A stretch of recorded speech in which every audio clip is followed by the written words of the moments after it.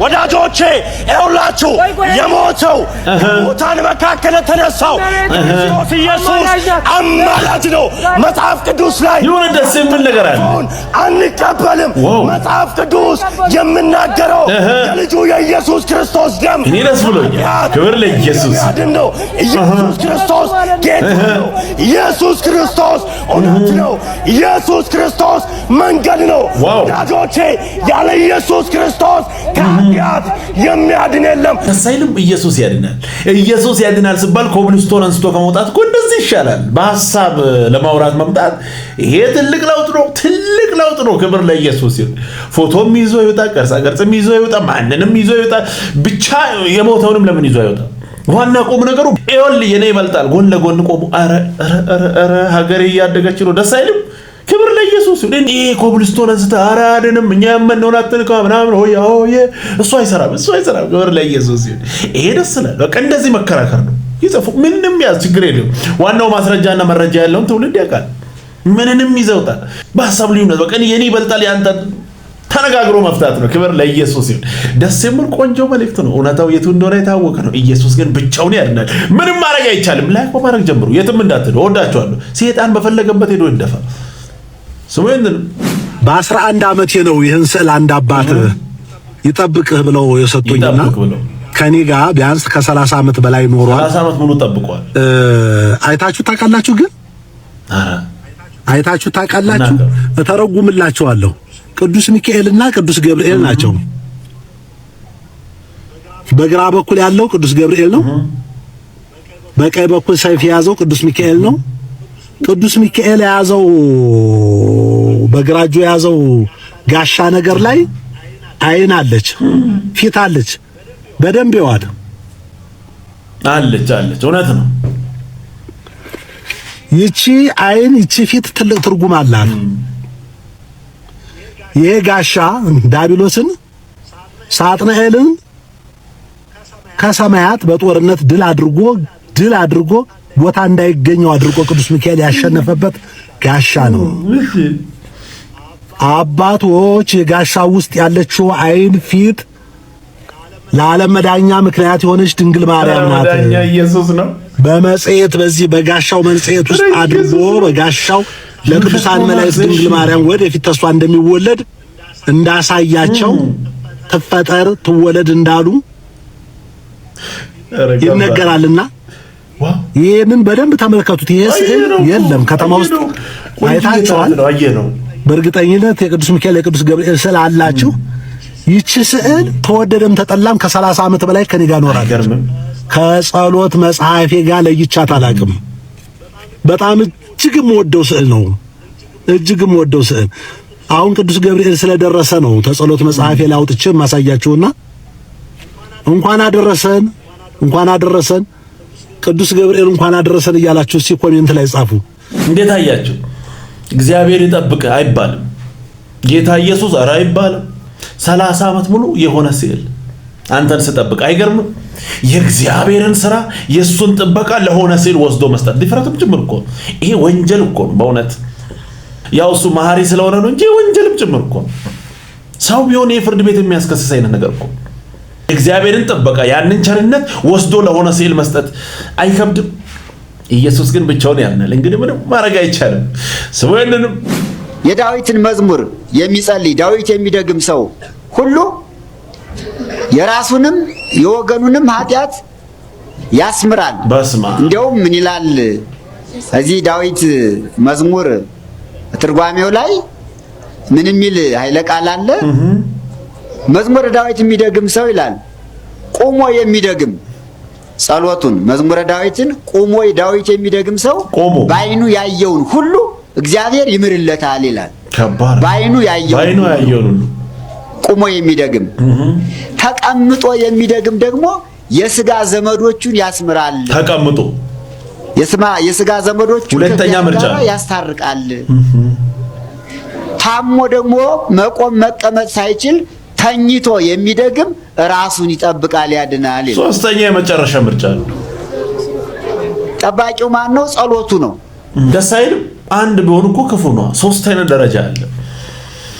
ኢየሱስ ያድናል። መጽሐፍ ሲናገር ግን እንዲህ ብሎ ይናገራል። አንደኛ ዮሐንስ መልእክት ምዕራፍ 2 ቁጥር 1 ላይ ሄዳችሁ ማንበብ ትችላላችሁ። ማንም ኃጢአትን ቢያደርግ ከአብ ዘንድ ጠበቃ አለ፣ እርሱም ጻድቅ የሆነው ኢየሱስ ክርስቶስ ነው ይላል።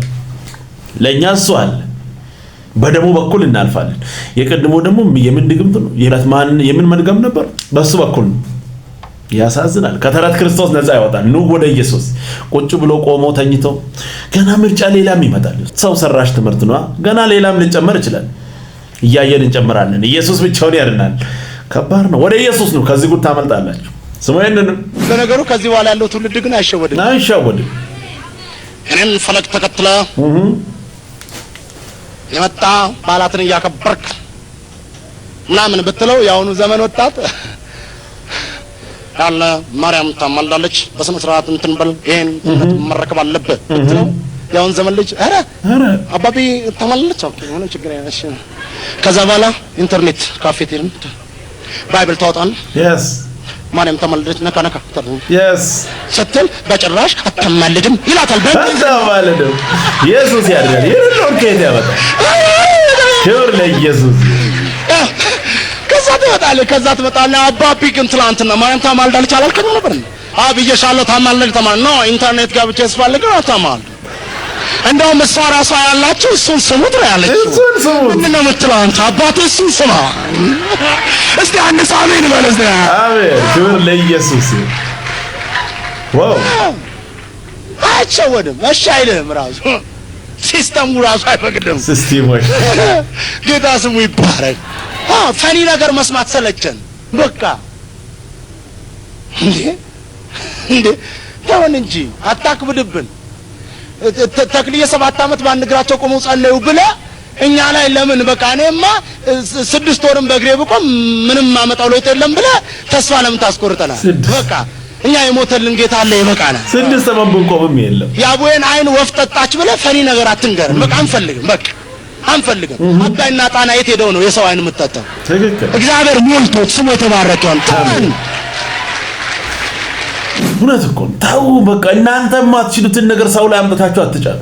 ተው በቃ መጽሐፍ ቅዱስ የምናገረውን እንስማ። የሰውን ሐሳብ አቁሙ። ምን ይሰራል? ህይወት ሊሆን አይችልም። ደስ የሚል ቆንጆ መልእክት ነው። ቆየት ያለ ቪዲዮ ነው። ደስ ይላል። ኢየሱስ ያድናል። ምንም ማድረግ አይቻልም። ሰውየንም ተው ይሄን ቃል ደጋግሜዋለሁ። ተው የትኛው አገር በዓለም ላይ ከኢትዮጵያና ከኤርትራ አንድ ነን ኦርቶዶክስ ተዋሕዶ ቤተክርስቲያን ከኛ ውጪ ታቦት ይዞ የሚዞር አለ? የለም። ግብጽ ታቦት ይዞ ይዞራል? የግብጽና የኛ እንዳይደል ትለኝ ነው? ተው የለም።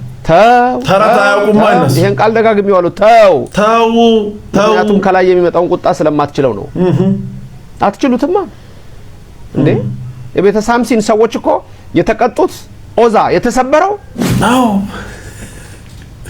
ማን ነበር ያለ? የሃይማኖት ትልቁ ጉልበት ማስፈራራት ነው። በቃ ተው እንዲህ ትሆናለህ፣ ትቀጸፋለህ። በቃ አያስፈልግም። ሌላ ዓለም ላይ የለም። እውነት እኮ የለም። ተረት አያውቅም ሌላ ዓለም ላይ ለተረት ቦታ የላቸው።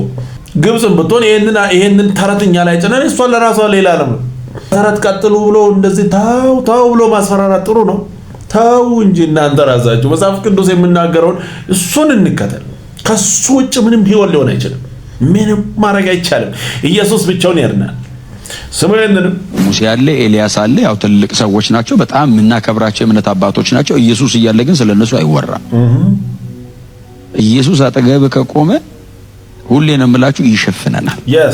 በጣም በክብር የተንቆጠቆጠ ነው። ኢየሱስ እያለ ስለሌላ እናወራ፣ ስለማንም አናወራ። ኢየሱስ ብቻውን ያድናል። ብቻውን ህይወት ይሰጣል። እሱን ቁጭ አድርገን ስለሌላ አይከብድም። ህይወት ነው እሱ። ምንም ማድረግ አይቻልም። ደስ የሚል ቆንጆ መልእክት። ሰውየንም እንዲሁ እየኖረ ሞት የረሳ ሰው እናንተ መሃል የለም። ከተዋችሁ አምላክ በእናንተ ሊሰራ የፈለገው ስላለ እንጂ የተረፋችሁት ስለማትሞቱ አይደለም። ዛሬም የከበቧችሁ ከፈለጉ ይበተኑ፣ ካልተፈለገም ደግሞ እንዳሉ ትወጣላችሁ። አሜን። እግዚአብሔር ወዳለ ወይ ያሻግራል ወይ በስር በኩል ትወጣለህ። እኔ አላቅም። ማምለጫው ብዙ ነው። እግዚአብሔር በእኔ የጀመረው ይቀጥላል ካላችሁ አሜን በሉ በኢየሱስ ስም። መልአኩም አለው ይላል። ይሄ መልእክት በትክክል የዚህች አጥቢያም ይሄን ድምጽ ለምትሰሙኝ ሁሉ ነው። መልአኩም አለው የተፈታችሁት ለዚህ ነው አላቸው ዞር ብሎ። ነገ ጠዋት በሰለሞን መመላለሻ ደጅ ላይ ማልዳችሁ እንድትሄዱ ህዝቡ ይሰበሰባል። በዚያም የመዳንን ቃል ኢየሱስ ክርስቶስ እርሱ ጌታ እንደሆነ መስክሩ ብሏቸው የተፈታችሁት ለዚህ ነው አላቸው። ስለሱ እንድታወሩ ነው የተፈታችሁ።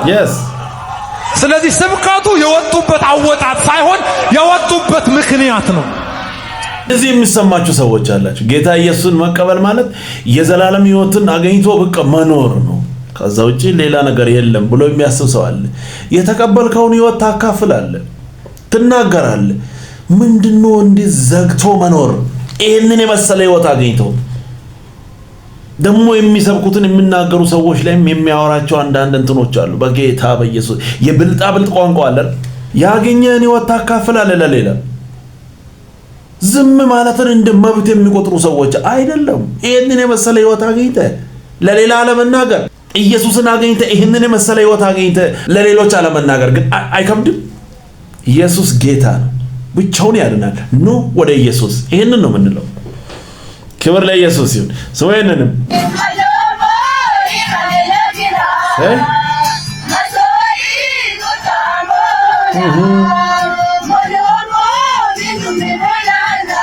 ኢየሱስ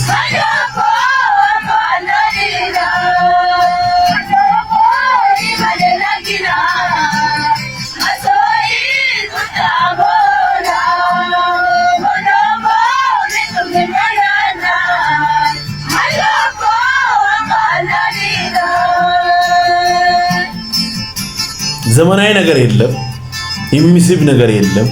በቃ እዛ መሃል ላይ ብቻ ጌታ የሚገኝ ይመስላችሁ ሰዎች፣ እንደዚህም ሆኖ ማምለክ ይቻላል። ጊታር ብቻ ቤት ክብር ለኢየሱስ ይሁን።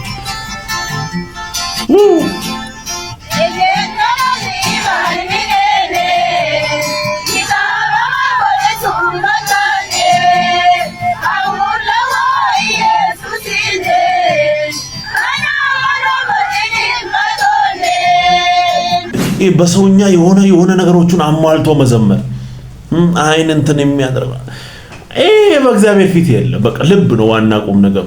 አለቀ። ደስ አይል? ለዛውም ትላልቅ ሰዎች ናቸው እኮ። ክብር ለኢየሱስ ይሁን። የኢየሱስ ስትሆን እንደዚህ ነው። ብቻውን ያድናል። ምንም ማድረግ አይቻልም። ደስ የሚል ቆንጆ መልእክት። ሰሞኑንም አንድ ጊዜ ለቸርች መሳሪያ ልገዛ መሳሪያ ስፒከር ገና ሐዋሳ እንደገባው የገባው ጊዜ 94 ላይ መሳሪያው ድንገት መጣና ከዱባይ ትልቅ መሳሪያ ደግሞ ገዛለሁ ብዬ እኮ ብር አሰባስቤ ግማሽ ደርሷል። ከዛ መሳሪያ ሌላ ሰው ሊወስደውና ውሰድ ተባልኩ እና 500 ዋት መሳሪያ ነው፣ ሞንታርቦ ነው። በቃ ጌታ ሆይ ብር ከየት ላጣ? 15000 ብር ጎደለ። መሳሪያ ውድ ነው በዛ ዘመን ያሳለፍኩት ታሪክ እኮ። ከዛ አንድ ማቃት ሀብታም አለች፣ ሄድኩና ጠየቅኩት። ሲያንገሸገሽ ከዛ ተነጫለች። በቃ ተነጫለች። አፈር ደነገጥኩ፣ ተሰማኝ እና ልትሰጠኝ እየሄደች ነው፣ ግን እየተነጫነጨች በጌታ ተዋለ። አይ በቃ የሆነም ሰው እኮ ምናልባት ብዬ ነው እንጂ አልኩ። የሆነም ሰው ቃል ገብቶልኛል፣ እሱን ቼክ ላርግና በቃ ብዬ ልቤ ተሰበረ። ቀጥታ ወደ ሐዋሳ ተመለሱ። አዲስ አበባ ነበር። ያሳዝን። አለቀሱ። ቤቴን ዘጋሁ፣ በሬን ዘጋሁት። ከዛ አብረውኝ የሚያገለግሉ ልጆች አሉ የሚያድሩ። ማንም ሰው አልኳቸው ዛሬ በሬን ቢያንኳኳ እያንዳንድሽ ጭንቅላትሽ ነው ምልሽ ዝቅ በቃ አንድ ሰው እኔ ጋር እንዳይመጣ በእውነት በቃ ተናድጃለሁ፣ አዝኛለሁ። ከዛ መኝታ ቤቴን ዘግቼ ጌታን እንጀራም አልበላም፣ አገልግሎትም የሚባል ነገር አላገለግልም፣ ይሄን ብር ካልሰጠኸኝ ብዬ ዝም ብዬ በሬን ዘግቼ አልጸልይም። በቃ ውስጥ ያሰ እኔ እሺ ከየት ላምጣው? ከዛ በሩ ተንኳኳ። የኔ በር እኮ። ከዛ ከፈትኩ። ማላቀው ሰው ነው፣ ጠይም ሰው ነው። እንዴት ማን ከፈተላል? አይ ልጆቹን አስፈቀዱ። እንዴት ፈቀዱልህ? በቃ ተቆጣሁ። እንዴት ፈቀዱልህ? አይ በቃ እነሱ ስለምን ቢብዬ ነው ዝም ብዬ ነው የመጣሁት አለ። ከዛ ተናደ። በርጩማ ሰጠሁት። ቁጭ በል ምን ሆነ ነው አልኩት። አይ የሆነ ችግር ገጥሞኝ እንድትጸልይ ጭራሽ የኔው ዛዝ በእውነት በቃ እንዴት እንደተናደርኩ ልነግራችሁ። እኔ እዚህ ለራሴ ችግር ውስጥ ነኝ፣ ሌላ ችግር ይዘህ ትመጣለህ። ከዛስ ኮስተር ብዬ በቃ በጣም ኮስተር ብዬ እሺ ምን ሆነ? እኔ አልጋዬ ጫፍ ላይ ቁጭ ያለው እሱ ቦርጩ ነው። እሺ ምን ሆነ? አይ ከናንተ ልጅ ጋር አንድ ቢዝነስ ሰርተን ነበር። እሺ እና ሁለታችንም ፈርመን ነው ቼኩን ማውጣት። እሱ ግን በቃ ስላላመነ ቼኩን አልፈርም ማለት ያንተ ልጅ ነው አለ። እና እኔ ደግሞ እግዚአብሔር በቃ ይሄን ነገር በሰላም ካጠናቀቀልኝ ለቸርችም ቃል ገብቻለሁ። መጣ ኧረ ኢየሱስ ይባረክ። ኢየሱስ ጌታ ነገር ግን እውነት ለቸርች የገባሁት ቃል አለ እሱን እንዲፈርምልኝ ብቻ ንገርልኛል። ወዲያው ደወልኩና ልጅ አሁንም እኔ በዛ ዘመን በጣም ብዙ ብር ከ200 ምናምን ሺህ ብር በላይ አሁንም ፈርምለት እኔ ኃላፊነት ወስዳለሁ ችግር የለምና ይሰጣል አንተ ነው። እሺ አንተ ታርካለ ፈርምልኝ ብሩን ይዞ አይመጣም ከምፈልገው በላይ ዋው የዛው ቀን እኮ ከዛ ምን እሱ ብቻ ይኸውልህ ብዬ ነገርኩት። እንደዚህ እየጸለይኩ በቃ ምን ነገርኩት እና ልትገዛ ነው ታዲያ አዲስ አበባ አሁን ትሄዳለህ እንዴ? አሁን ከሰዓት ነው የምወጣው። እንደዛማ ከሆነ ለአንተም ያስፈልግሃል ብሎ አይቼውም አላውቀውም ብር ራሱ ለኔ ለራሱ ኢየሱስ ጨፈርኩ በቃ። አይ ጌታ ወርድ መልሳችሁ ቤታችሁ ይመጣል። አሜን። ፕሬ ተስፋ ቆርጣችሁ ፕሊስ አትተኝ። ሌሊት ተነሱ፣ ቤተክርስቲያን ተነሽ፣ ግለሰብ ተነሳ፣ አገልጋይ ተነሳ። ሰይጣን ነገርህን ይዞ አይጫወትበት። አስለቅቅ ፕሊስ። እኔ ስላየው በአገልግሎቴ ስላየው ነው የምነግራችሁ። እኔ ብዙ ጉዳይ በቃ በዚህ 30 ዓመት እጅግ ማአት ምስክርነት አለኝ። ስጸልይ ጌታ ኃያላን ሰዎችን ሰጥቶኛል። ከዓለም እያወጣ ከነ ሀብታቸው እግዚአብሔር ከዓለም እየፈታ ብዙ ልጆችን ሰጥቶኛል። በጣም ብዙ በሺህ የሚቆጠር እኮ ነው የሰጠኝ። አተኙ አገልጋዮች፣ አተኙ ቅዱሳን፣ አተኙ። ችግራችሁ ብቻ እያሰላሰላችሁ አትተኙ። ረጅም ሰዓት ተንበርከኩ። ይሄ ደስ የሚል ቆንጆ መልእክት ነው። ክብር ለኢየሱስ ይሁን።